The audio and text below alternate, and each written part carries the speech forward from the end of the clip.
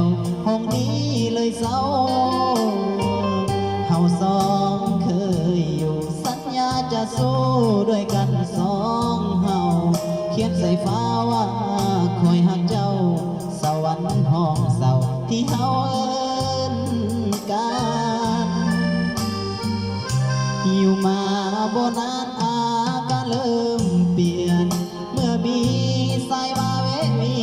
ยนทั่วพันเจ้าอยู่บนเหตุงานกลายเป็นคนใหม่คำเว้าคำจากะบ่อ่อนหวานนับจากเจ้ามีอาการอยู่มาบ่นานเจ้าก็หายไปหัวใจของอายเหมือนมีภัย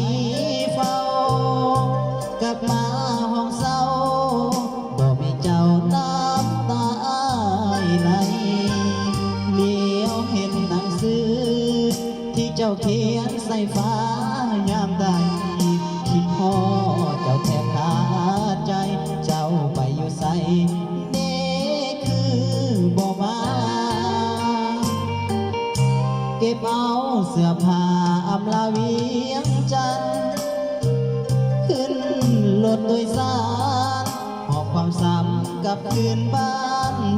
นาขอโทษเด้อแม่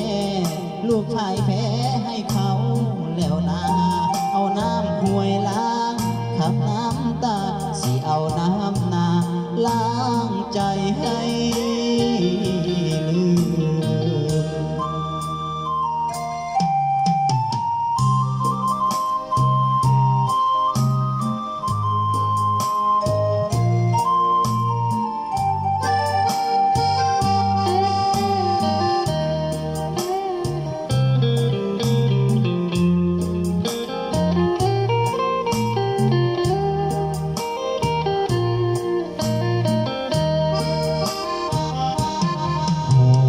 ใจ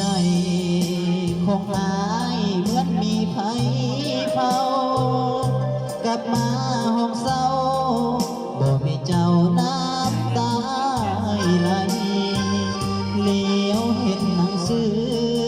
ที่เจ้าเขียนใส่ฟ้ายามใดเจ้าแทบขาดใจเจ้าไปอยู่ใส่เด้คือบ่มาเก็บเอาเสื้อผ้าอำลาเวียงจันทน์ขึ้นรถโดยสาร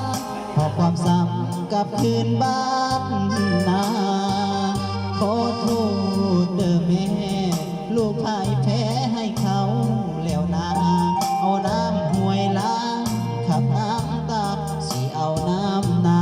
ล้างใจให้